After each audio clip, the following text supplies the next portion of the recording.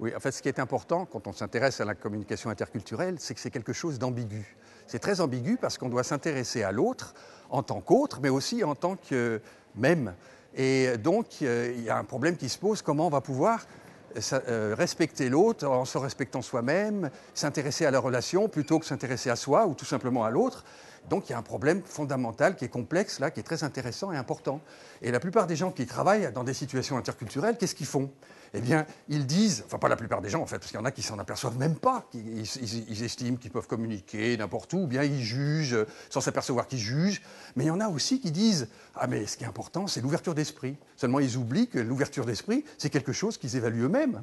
C'est quelque chose, c'est eux qui savent, qui estiment qu'est-ce que c'est que leur ouverture d'esprit. Ils ne se posent pas des questions à ce propos. Et ils ne se posent pas non plus de questions de savoir si leur soi-disant ouverture d'esprit est perçue comme telle de l'autre côté ou bien comme le contraire. Moi, dans mes études, mes recherches, je m'aperçois toujours que la plupart des temps, les gens évaluent de travers et pas du tout comme il faut.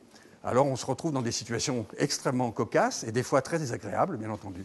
Mais alors si on doit s'intéresser à ce qu'est la communication interculturelle, eh bien, il faut essayer de voir comment les personnes qui sont en relation se mettent à interpréter, comment ils se mettent à juger.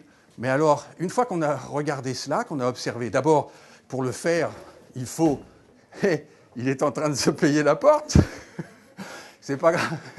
Une fois qu'on a regardé ça, il faut monter maintenant. Tu montes avec moi ? En fait, quand on s'intéresse à la communication interculturelle, il faut développer des principes qui nous permettent d'être attentifs, de nous rendre compte de ce qui se passe, c'est-à-dire se poser des questions sur la relation. Et souvent, c'est la relation qui est intéressante. Pourquoi je suis surpris? Pourquoi je suis choqué? Pourquoi ça m'intéresse? Pourquoi je trouve ça inadmissible? Donc, des boucles réflexives sont extrêmement importantes à développer.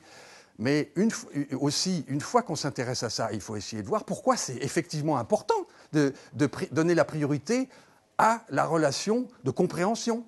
Parce que là, il y a quelque chose de fondamental, c'est quelque chose qui, selon Edgar Morin, nous est pratiquement obligatoire aujourd'hui, parce qu'on a besoin de se comprendre, de se relier, de faire en sorte qu'on arrive à être ensemble et à pouvoir s'accepter. Et plus la société est complexe, avec énormément un type différent qui des fois s'imaginent que parce qu'ils parlent anglais ou parce qu'ils font des affaires ou parce qu'ils sont ouverts, ils arrivent très bien à se déplacer dans le monde.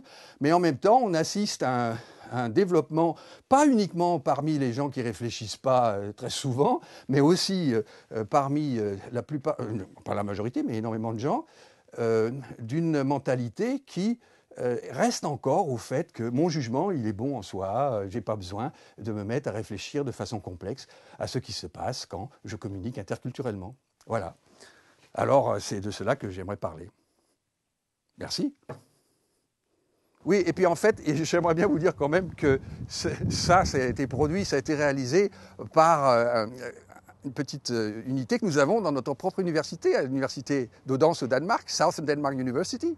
On a un centre pour art et sciences. Et là, nous avons un caméraman professionnel qui avant était à la télé. Et c'est lui qui est en train de me filmer et qui s'est payé la porte tout à l'heure. Merci. Vous pouvez le voir, là, il est là.